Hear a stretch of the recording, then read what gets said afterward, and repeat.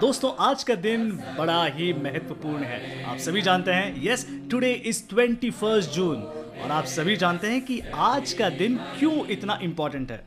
दोस्तों और साथियों, ये बताते हुए बेहद खुशी हो रही है कि आज हमारे साथ रेनबो के स्टूडियो में हैं सद्गुरु मंगेश दा क्रिया योग फाउंडेशन के संस्थापक, जिनके 93 सेंटर्स हैं देश विदेश में। हाउस ऑफ कॉमन्स ने आपको महात्मा अवार्ड से सम्मानित किया। ऐसे सद्गुरु योगीराज डॉक्टर मंगेश दा। डॉक्टर साहब, आपका बहुत बहुत स्वागत है। Welcome to FM Rainbow. Thank you very much. और आपको यहाँ पर देखकर बड़ा अच्छा लग रहा है। मुझे भी अच्छा लग रहा है आपको देख के। That's so sweet। दोस्तों, मैं जानता हूं कि आपको भी बिल्कुल ये सवाल होगा कि आज योगा डे है और आज हम खास बातचीत कर रहे हैं। प्लीज कहीं भी मत जाइएगा, because there is been lot of excitement about this show. तो सबसे पहले डॉक्टर मंगेश दा, आपसे शुरू करते हैं। मेरा पहला सवाल ये होगा कि योगा और योग, इसमें क्या अंतर है? बस एक मात्रा का फर्क है। जो विश्वामित्र था, जिसका विश्वामित्र हो गया। मूल योग शब्द जो है यूज संस्कृत धातु से आ गया है और ये इसका बाद में बोलते बोलते लोगों ने योगा कर दिया। तो मूल शब्द योग ही है। जो हमारा स्थूल शरीर है और हमारा जो सूक्ष्म शरीर है, इसका मिलाप, या हमारा शरीर मन आत्मा, इसका मिलाप, ये योग है। क्या बात है। तो दोस्तों और साथियों, ये जरूर याद रखिएगा, योग और योगा, इसमें काफी अंतर है। और सही मायने में बहुत से लोग योगा ऐसा कहते हैं, योगा। तो सर, ये योग की अगर हम शुरुआत में बात करें, योग कितना महत्वपूर्ण है? योग बहुत ही महत्वपूर्ण है मेरे ख्याल से। आज जब ये कोविड जैसे आ गया जी, और कोविड ने सबका नुकसान कर दिया, लेकिन कोविड ने अगर कोई अच्छी बात सामने रखी होगी तो एक जागरूकता लोगों के सामने लाई कि मुझे मेरे सांसों को संभालना है, मुझे मेरे फेफड़ों को संभालना है, मुझे मेरे शरीर को संभालना है। वाह, ये बड़ा ही महत्वपूर्ण है। योग की शुरुआत अगर हम करना चाहें तो कैसे कर सकते हैं? मेरे ख्याल से योग की शुरुआत जहाँ करनी है, वहाँ पहले एक मन के अंदर एक विचार आना चाहिए, मैं अपने लिए योग कर रहा हूँ। ये कोई फैड नहीं है, मेरा कोई फलाना फलाना फलाना दोस्त कर रहा है तो चलो मैं भी जरा योगा क्लास को जाता हूँ, जाती हूँ, ऐसा नहीं होना चाहिए। मुझे शरीर है, शरीर के अंदर मेरी जो संस्थाएं हैं, मेरी मतलब जो जहाँ से मैं सांस लेता हूँ, जहाँ से मैं खाना खाता हूँ, या मेरी जो आंतरिक रचना है, यह सीधा सबका संबंध जो है यह हमारी सांसों के गति के साथ है। ये जब तक इंसान को नहीं पता चलेगा, अगर मैं स्वास्थ्यपूर्ण हूँ तो मेरा मन स्वास्थ्यपूर्ण है, मैं स्वास्थ्यपूर्ण हूँ तो मेरा परिवार स्वास्थ्यपूर्ण है। तो सबसे पहले इस एहसास को उजागर करना बहुत जरूरी है। बिल्कुल जरूरी है। ये खुद को महसूस होना चाहिए कि मैं अपने लिए योग कर रहा हूँ और मैं आसानी से योग कर सकता हूँ। कोई भी किसी भी उम्र का आदमी ये योग कर सकता है। इस बात को लेकर बिल्कुल चिंतित ना हो कि आप कर सकते हैं या नहीं। बिल्कुल नहीं होना चाहिए। हर एक जन कर सकता है, छोटे बच्चे से लेके उम्र का कोई लिहाजा नहीं है, कोई भी कर सकता है। मेरा अगला प्रश्न जो आपके लिए है वो ये है कि कौन सा प्राणायाम रक्त को शुद्ध करने में सहायक होता है? मैं प्राणायाम के पहले कहूंगा कि योग में क्या क्या अंतर्भूत चीजें हैं। तो सबसे पहले, जैसे आपने पहले सवाल में पूछा था, मेरा शरीर उसमें अंदर है। शरीर के साथ साथ मैं सांसें लेता हूं तो मैं ब्रीद कर रहा हूं, तो ब्रीद उसके साथ में। मेरा मन है तो मेरा मन उसके साथ जुड़ा हुआ है। उसमें से जो नित्य क्रम से चलने वाला जो है मेरी सांसें हैं जी। हमें ऐसे लगता है कि हम सांसें ले रहे, और मुझे ऐसे लगता है कि सांस चल रही है और मैं कॉन्शियसली सांसें ले रहा हूं, इसमें बहुत फर्क है। जब कॉन्शियसली मैं सांसें लेता हूं तो मेरा प्राणायाम हो गया। पहले मैं प्राणायाम शब्द के बारे में बोलूंगा जी। प्राण मतलब सांस नहीं है, सांस के अंदर प्राण है। ओहो। तो जब हम सांस लेते हैं तो 49 टाइप्स के एयर हमारे शरीर में जाते हैं। इसमें से मुख्य जो होते हैं अपने अपान, समान, प्राण, व्यान, उड़ान, ये जो हमारे शरीर में जाते हैं ये सारा अमूलाग्र बदल लाते हैं। कौन सा प्राणायाम शरीर की शुद्धि करता है? तो मेरे ख्याल से सारे के सारे प्राणायाम ये शुद्धि करते हैं, लेकिन उसमें से भी अगर अनुलोम विलोम है या हमारी नाड़ी की जो प्रक्रिया चलती है, यह हमारी सबसे ज़्यादा शुद्धि की क्रिया लाती है। जैसे कि बाएं नाक से हम सांस लेंगे, दाहिने से छोड़ेंगे, दाहिने से लेंगे, बाएं से छोड़ेंगे, तो ये सबसे अनुलोम विलोम का ये प्रकार है। इससे सबसे ज़्यादा शुद्धि की क्रिया आसानी से होती है और कोई भी कर सकता है। प्राणायाम के इतने सारे प्रकार हैं, और क्या ऐसा हो सकता है कि हम विशिष्ट एक अंग के लिए या कहीं पर अगर हमारा बदन दर्द हो रहा है तो सिर्फ उसी पार्ट के लिए हम कोई विशिष्ट प्राणायाम करें? शरीर दर्द के लिए प्राणायाम करना तो उसके लिए योगासन है। ओके। और प्राणायाम जब भी हम करेंगे तो प्राण में क्या क्या आ जाता है, तो जैसे मैंने व्यान के बारे में बोला, अपान के बारे में बोला, तो शरीर के दोष जो है शरीर से बाहर फेंकना, अशुद्ध क्रिया बाहर फेंकना, जो अपान क्रिया काम करती है, जो अपान का जो काम होता है। तो प्राण जैसे हम ले लेते हैं तो पहले हमारी जो 72,000 नाड़ियां जो है ये शुद्ध होती है, जहाँ से हमारा जो प्रवाह है वो हृदय के जरिए मस्तिष्क तक जाता है, हमारे दिमाग तक पहुँच जाता है और अपने आप सारी शुद्धि की प्रक्रिया होने लग जाती है। हम बहुत सारा बदलाव देखते हैं अपने बॉडी या सबकॉन्शियस माइंड में। बिल्कुल देखते हैं। पहली बात तो है कि जैसे प्राणायाम हम करते हैं, प्राणायाम पहले कितना समय करना चाहिए। लोग क्या करते हैं, एक जैसे मैं फैट शब्द का इस्तेमाल किया जी, जरा यहाँ से नाक पड़ा ऐसे ऐसे ऐसे थोड़ी बहुत की, अच्छा आज का मेरा प्राणायाम हो गया, वैसा नहीं। तो कम से कम 5 मिनट, कम से कम 5 मिनट कोई भी प्राणायाम अपना होना चाहिए। तो साथियों बिल्कुल गौर से नोट कर लीजिएगा, डॉक्टर मंगेश दा कह रहे हैं कि दिन में अगर आपके पास ज़्यादा समय नहीं है तो कम से कम 5 मिनट के लिए तो आप ये प्राणायाम ज़रूर करें। सर, ऐसा लगता है कि बहुत से लोग सिर्फ लाइमलाइट पाने के लिए या सोशल मीडिया पर अपने फोटोज अपलोड करने के लिए ऐसे योगा के पोजेस देते हैं, ये कितना सत्य है? इसीलिए तो मैंने बोला था ना कि ये जो योग मैं अपने लिए कर रहा हूँ, ये भाव जो होता है वो भाव होना ज़रूरी है।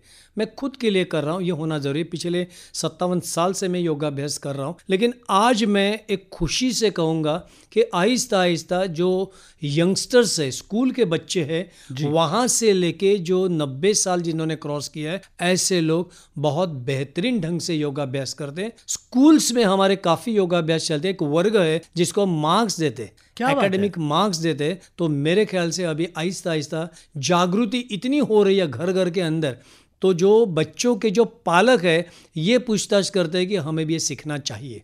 क्या क्योंकि पालक अपने बच्चों में ये परिवर्तन देख रहे हैं और ये अच्छी बात है। सारे लोगों के लिए मैं कहना चाहूँगा कि आप सब लोग मिल के अगर ये योगाभ्यास करेंगे, जैसे मेरे घर में हम लोग करते हैं, एक हमारा दिन फिक्स है, टाइम फिक्स है, सब मिल के ये योगाभ्यास करते हैं। शेड्यूल पूरा फिक्स है, शेड्यूल फिक्स और हमें ये करना ही है, करना ही है। क्या बात है। जैसे आपने अपना एक शेड्यूल किया होगा, जैसे सुबह उठ के आप ब्रश करते हैं या कुछ लोग पहले 1 गिलास पानी पीते हैं। अगर आप इसी तरह से शेड्यूल बनाएं तो मुझे लगता है ये नामुमकिन बिल्कुल नहीं है। 100% मुमकिन है। जब मेरा शरीर अगर तंदुरुस्त है, मेरा अगर मन साफ है, मैं अच्छे मूड में हूँ योगाभ्यास करने के बाद, तो पूरे दिन मेरी जो एनर्जी लेवल जो है ये हाई रहेगी।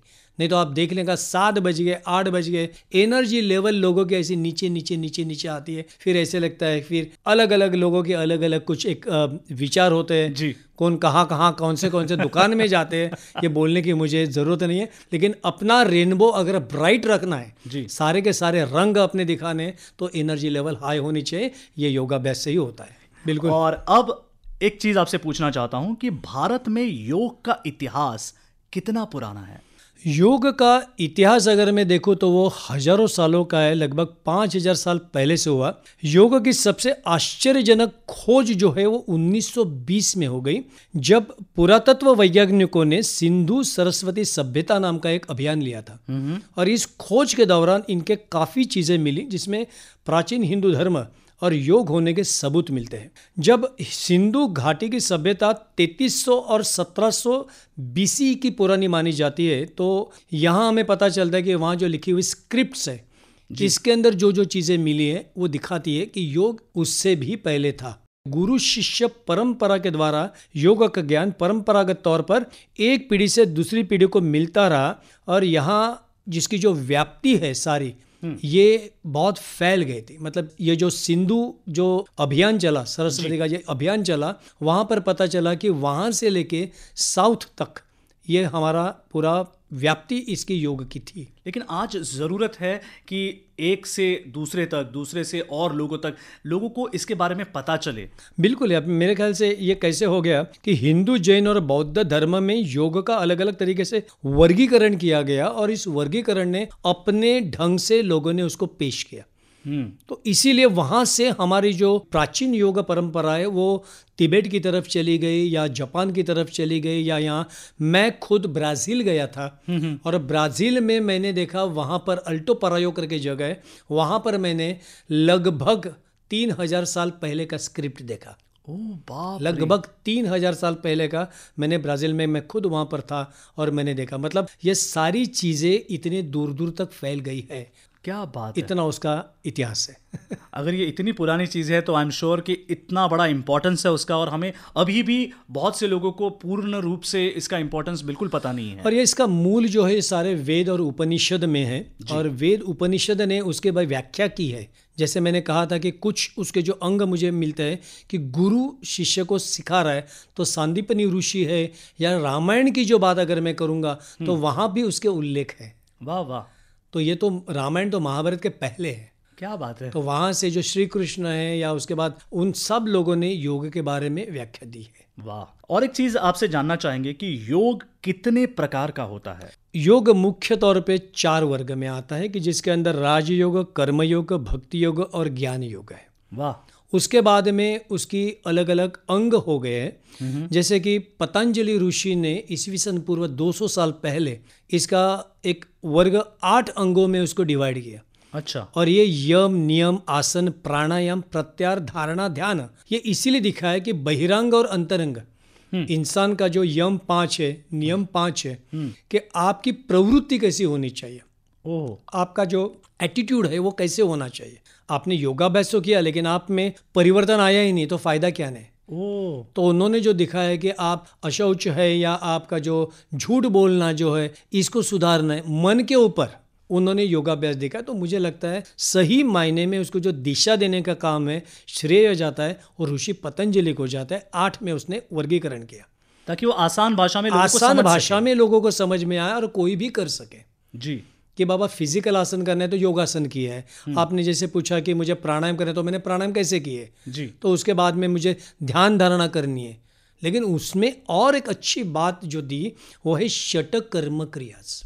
जैसे हम क्रिया योग में हम करते हैं कि आंतरिक शुद्धि का होना बहुत ज़रूरी है। जो हम लोग खाना खाते हैं तो हमारे जो इंटेस्टाइन है, कोलन है, इसको क्लीन कैसे करना है। कि हम पानी तो पीते हैं, साबुन तो अलग अलग लगाते हैं, स्किन तो क्लीन होती है, लेकिन आंतरिक संस्था को क्लीन कैसे करना है। जैसे हम प्राणायाम करते हैं तो कार्बन कंटेंट को कैसे बाहर निकालना है। जी। तो ये शुद्धि की क्रिया बहुत मायने रखती है। जैसे आपने अभी बताया क्रिया योग, तो ये क्रिया योग के बारे में थोड़ा सा और डिटेल में हमें ज़रा बताइए ना।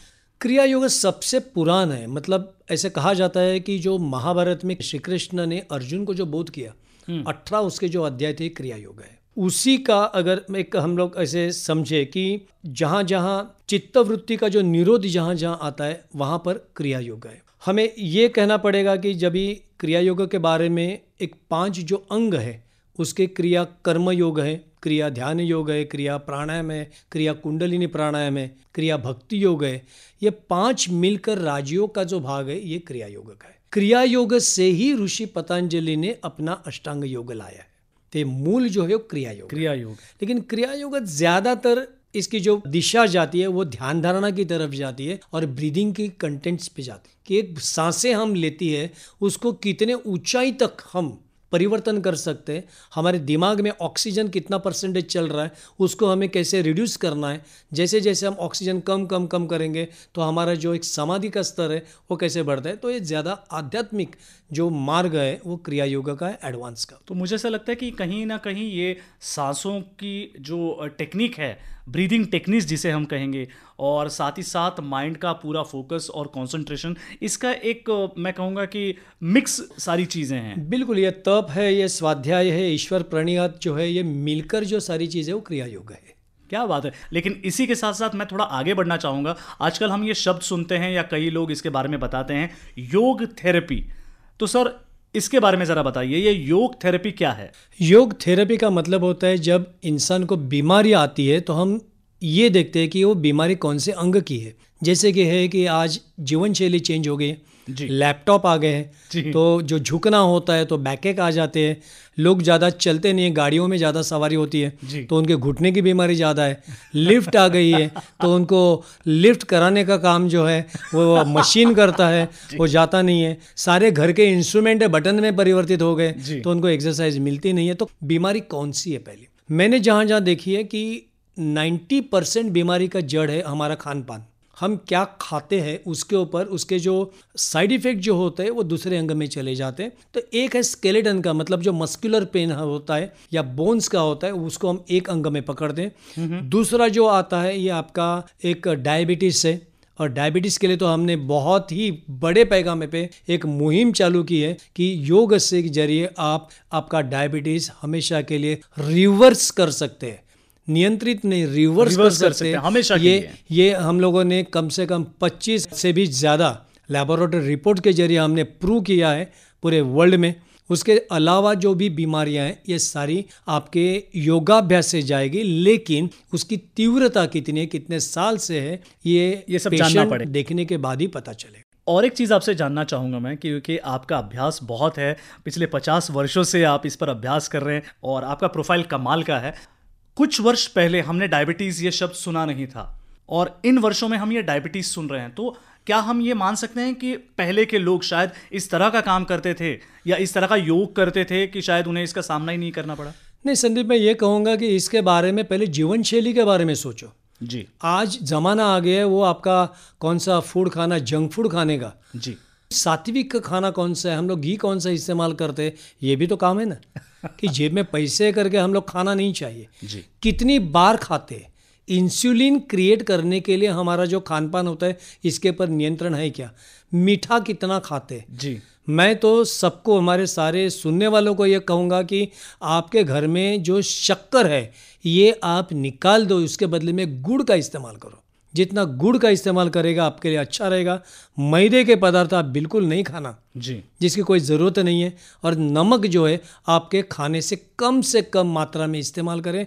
देखिए आपकी कितनी बीमारियां चली जाएगी। क्या बात है श्रोताओं, मुझे पूरी तरह से उम्मीद है कि आपने इसे नोट कर लिया होगा। नमक की मात्रा कम से कम रखें, शुगर यानी कि शक्कर जितना हो सके उसे आप बाहर ही रखें।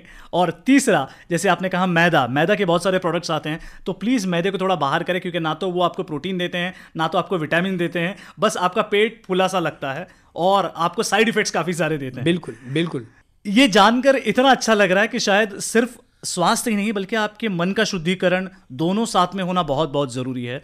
और ये करते करते जो थेरेपी की हम बात करें तो ये बहुत पैमाने पर काम करता है मेरे ख्याल से। देखिए डिसिप्लिन है, सेल्फ डिसिप्लिन, हमारा नियंत्रण कितना अपने ऊपर है ये देखना ज़रूरी है। ऐसा नहीं है कि हम अगर जो खाएंगे तो हमारा मन भी इतना प्रफुल्लित होना चाहिए जी। हमें हल्का लगना चाहिए, हमें ये लगना चाहिए कि एनर्जी का प्रवाह मुझसे बह रहा है। क्या बात जो है? अटक गया, जहाँ जहाँ एनर्जी अटक गई उस शरीर के अंग में दर्द होता है। तो मैं सब हमारे सुनने वाले चाहताओं को ये बोलूंगा कि आप योग को अपने घर में इस ढंग से लाओ। आप कुर्सी पे बैठे तो भी योग कर सकते हैं, जिनको व्हील चेयर के ऊपर है ऐसे भी लोग हमारे साथ हैं जी। वो भी योगाभ्यास कर रहे हैं। उम्र का कोई उसके अंदर दिक्कत आनी नहीं चाहिए। दिन भर में थोड़ी सी आपकी कैलोरी जो है ये योगाभ्यास कम से कम समय में, कम से कम जगह पे, और आप कम से कम पैसे में ये योग कर सकते हैं।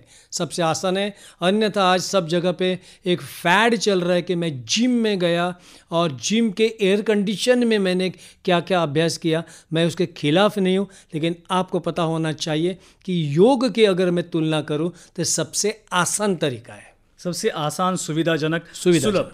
अच्छा, एक आउट ऑफ द वे जाके जरा मैं आपसे पूछना चाहता हूँ कि क्योंकि आज की जीवन शैली, लाइफस्टाइल जो है बहुत अलग है और ज़्यादा से ज़्यादा लोग मोबाइल से चिपके हुए हैं, गैजेट से चिपके हुए हैं, क्या कोई ऐसा योग भी है जिससे हम मोबाइल से दूर रह सकते हैं? हाँ बिल्कुल है। मैं तो कहूँगा गैजेट बुरा नहीं है, गैजेट के ऊपर आप कितने घंटे रहते हैं वो बुरा है। आपको अगर ऐसा लगता है तो उसी गैजेट के ऊपर अच्छा गाना लगाए और ध्यान कीजिए जी। मेडिटेशन अच्छा हो जाएगा। अच्छा इंस्ट्रूमेंटल म्यूजिक उस गैजेट पे रखें, गैजेट अपने बॉडी से लंबा रखें और वहां पर आप ये देखें कि आप उस गाने में तल्लीन कैसे होके उसका आनंद ले सकते। क्या बात है। अच्छा, और एक चीज़ आपसे जानना चाहेंगे कि आज है योग दिवस और योग दिवस को सेलिब्रेट करना कितना ज़रूरी है? मेरे ख्याल से बहुत सेलिब्रेट करना चाहिए। मैं शुक्रिया अदा करना चाहूँगा हमारे प्रधानमंत्री माननीय नरेंद्र जी मोदी जी के लिए। उन्होंने ये संकल्पना शुरू की और सारे देश विदेश के लोग जो है, सारे करोड़ों लोग इसमें शामिल हो रहे हैं। और इसकी शुरुआत जो है सिर्फ 21 जून को नहीं बल्कि उसके पहले 1 महीने से हम करते हैं और उसके बाद हम लोगों को कहते हैं घर घर में करें योगा। अगर आपके घर में आपने योगा किया तो आपका संपूर्ण परिवार योगमय हो जाएगा और हमारा पूरा राष्ट्र है ये सशक्त बनेगा। और हमारे देश में हम कहेंगे कि हम सारे लोग रोग मुक्त है। क्या इसके लिए बात योगा है, करें। क्या बात है। 21 जून जब सूरज सौर मंडल का सबसे बड़े स्थिति में होता है, बड़ा दिन होता है, आज योग दिन के जरिए विश्व के लगभग करोड़ों लोग, पाश्चिमात्य लोग, पूर्व दिशा के लोग हैं, ये सारे एक हो रहे। तो मैं शुक्रिया अदा करूंगा माननीय नरेंद्र जी मोदी जी का। क्या बात है। जाते जाते आप हमारे श्रोताओं को कोई संदेश देना चाहेंगे? मैं सबको ये कहूँगा, ध्यान दीजिए, जीवन बहुत अमूल्य है। जीवन बहुत अमूल्य है, एक देन है ऊपर वाले की, इसे आप गंवाना मत। अपना शरीर स्वास्थ्यपूर्ण रखें, मन स्वास्थ्यपूर्ण रहे, और ध्यान में रखना, योग में न कोई धर्म है न कोई जात है, सब मिल के हम योग करेंगे तभी सही मायने में योग की व्याप्ति है ये विश्व भर में चली जाएगी। क्या बात है। अपना कीमती वक्त निकालकर हमारे एफएम रेनबो स्टूडियो में आए सदगुरु योगीराज डॉक्टर मंगेश दा, एक बार फिर से आपका बहुत बहुत शुक्रिया। शुक्रिया संदीप जी, आपका शुक्रिया, सबका शुक्रिया। हरिओम। ब्रह्मा गुरुर्विष्णु गुरुर्देवो महेश्वर गुरुर्साक्षात् परब्रह्म तस्मै श्री गुरवे